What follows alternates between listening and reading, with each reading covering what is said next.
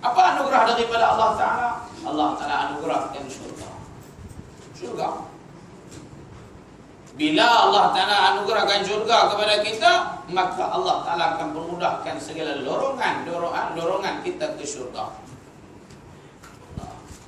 Bukan takat dorongan kita mudah ke syurga, bahkan duduk di padang mahsyar kita dilindungi dengan arasy Allah Subhanahu wa Ta'ala. Bukan takat duduk di bawah naungan arasy Allah, kamu duduk di alam barzakh pun kamu sudah merasai sebahagian daripada nikmat, ya, sedikit daripada nikmat yang kamu dapat di alam barzakh. Bukan takat kamu duduk di alam barzakh kamu selamat, kamu duduk di dunia pun mendapat penghormatan daripada Allah Subhanahu wa Ta'ala, dapat kemuliaan daripada Allah Subhanahu wa Ta'ala. Ya, orang yang beriman, yang bertakwa kepada Allah Subhanahu wa Ta'ala, orang beriman. Walladzina amanu asyaddu hubban lillah. Dan orang-orang yang beriman asyaddu hubban lillah, sangat bersangatan kasih mereka kepada Allah, kepada Tuhannya. Bila mana mereka mengasihi Allah Ta'ala di dunia, maka anugerahnya Allah Ta'ala mengasihi mereka di akhirat. Ya, Allah Ta'ala mengasihi mereka di akhirat. Itu kata, ya, satu nikmat yang cukup besar yang tak dapat diketahui oleh manusia, melainkan diketahuinya mereka dalam majlis-majlis ilmu. Tu majlis ilmu ni satu majlis yang cukup hebat. Kalau orang tahu, dia tak akan lepaskan peluang majlis ilmu ni. Ya, majlis ilmu dia tak akan lepas peluang. Sebab apa? Ini sebahagian di antara Raudatul Jannah di ketika mana kita duduk di dunia. Ya, kena berletih nak duduk dalam kebun syurga. Ya, berletih dulu nak duduk di kebun syurga di akhirat besok. Berletih dulu di dunia pada kebun syurga di dunia. Majalisul ilmu, majlis-majlis ilmu. Ya, majlis-majlis zikir. Bagian yang ada majlis zikir ni ialah majlis ilmu. Tu.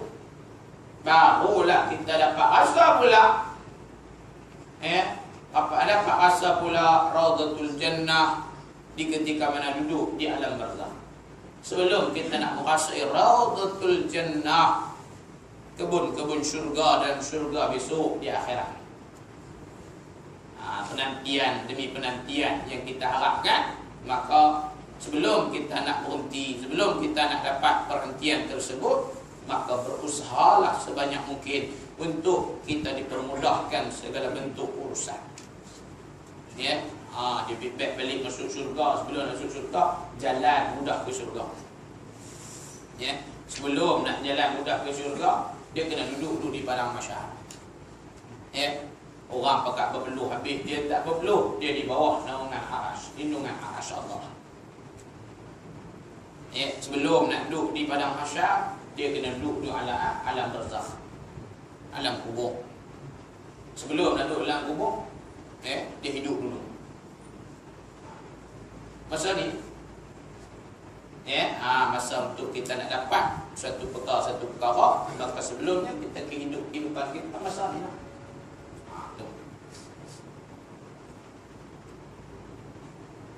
Itu sifat Ar-Rahim Allah Ta'ala.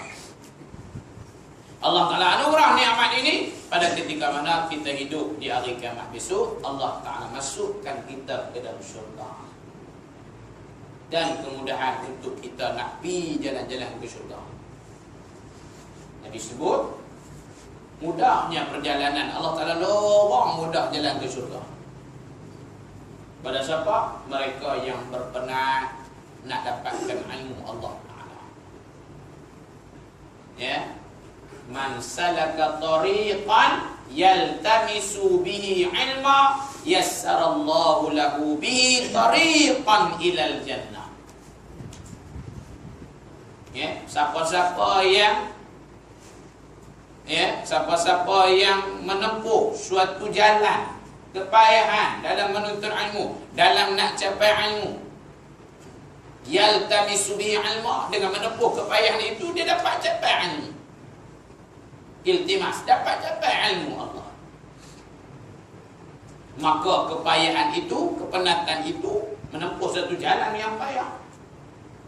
Yassarallahu lahu bihi tariqan ila jannah. Nescaya Allah Ta'ala akan lorong, permudahkan lorongan dia menuju ke syurga. Ya ni, itu ilmu. Duduk majlis-majlis ilmu ni cukup besar manfaat. Sehingga kalau kata ulama, walaupun kita lena sekali macam sana, hidup pun dapat pahala. Tak hidup dekat. Ya. Tu hebat macam tu. Ya.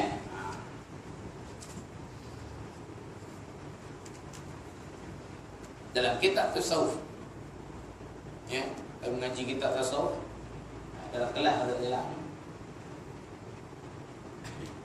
yang mudah lina macam mana? Kat sinilah tempat lain. Ya.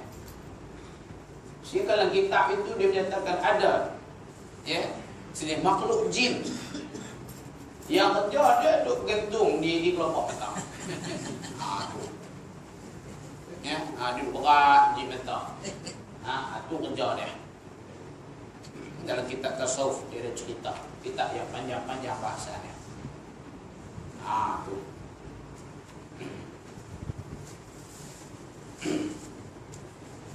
Itu kerja dia. Ya.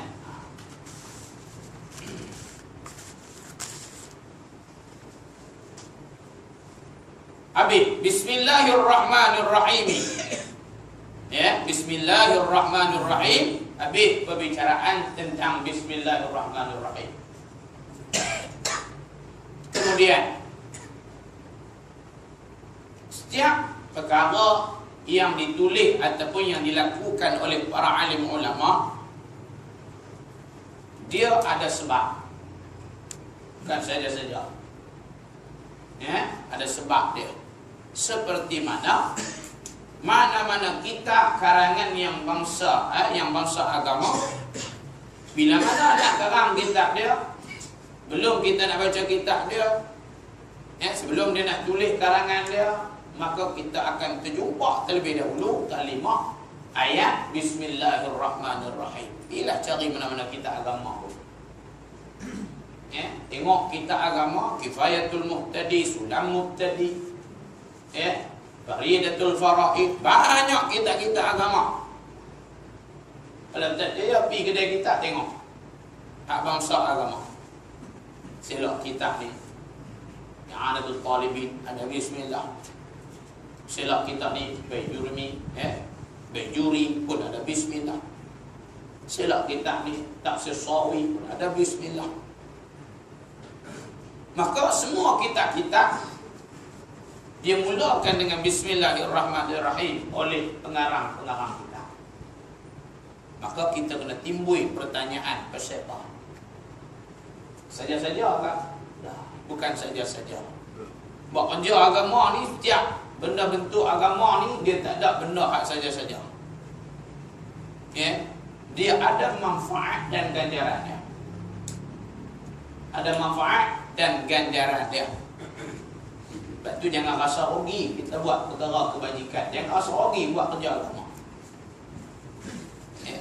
Rajin bukir 200 siap. 200 siap.